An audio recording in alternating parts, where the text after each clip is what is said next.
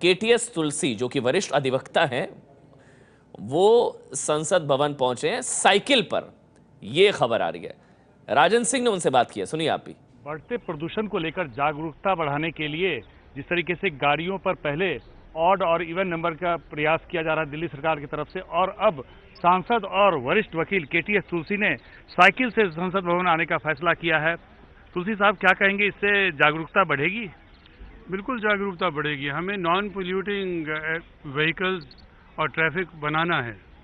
जब तक हम गाड़ियों के ऊपर निर्भर रहेंगे तो कभी भी पर्यावरण स्वस्थ नहीं हो सकेगा, और ये जीने और मरने का सवाल है।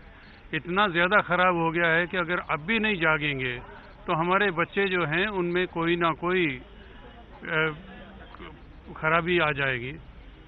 तो मैं ये समझता हूँ कि हमारे नेशनल ट्रांसपोर्ट पॉलिसी के ऊपर ध्यान देना चाहिए, और जो भी उल्टी पॉलिसियाँ हम बिल्कुल फॉलो कर रहे हैं। एक भारत ही देश है जहाँ पे इतनी गाड़ियाँ बिकती हैं। एक चीज़ ये कहा जा रहा है कि जो साइकिलिंग की बात कही जाए तो, लेकिन साइकिल ट्रैक्स नहीं है। सेफ्टी का अगर ख्याल रखा जाए तो जिस तरीके से साइकिल ट्रैक्स नहीं है, ऐसे में साइकिलिंग क्या खतरनाक नहीं हो सकता है दिल्ली की सड़कों पे?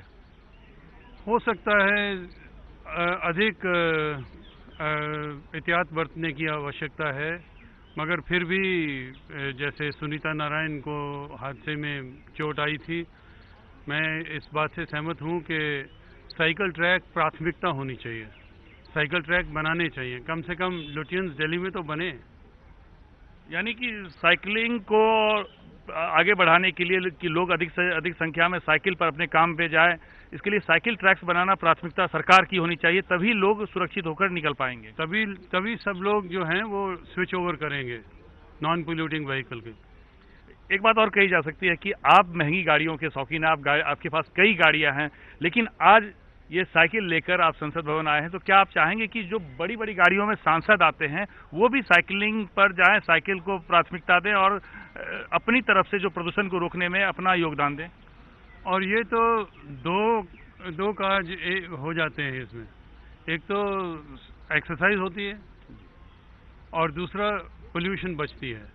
तो this is to kill two birds with one stone. मैं समझता हूँ कि हर एक को इसके बारे में सोचना चाहिए। मैं तो बहुत देर से साइकिल चलाता हूँ, तो इसलिए मैंने अभी नया साइकिल खरीदा है। आप नई गाड़ी खरीदने के शौकीन रहे थे और अब नई साइकिल खरीदी है, तो क्या कहेंगे कि मतलब अब गाड़ियों का शौक पीछे छूट जाएगा प्रदूषण को देखते हुए, बढ़ते प्रदूषण को देखते हुए? नहीं, गाड़ियों का शौक पीछे पड़ जाएगा। मैंने गाड़ी जो खरीदी है, ये साइकिल जो है, इसमें हाइड्रोलिक ब्रेक है सेफ्टी के लिए। जैसे आपने कहा कि सेफ्टी इसमें, तो ब्रेक इफेक्टिव है, हाइड्रोलिक है, शॉक एब्जॉर्बर भी लगा हुआ है, इसके 21 गियर्स हैं, तो आराम से चला सकता हूँ। मेरे को इसमें कोई दिक्कत नहीं है। मगर सांस चढ़ता है तो अच्छी बात है, मैं समझता हूँ।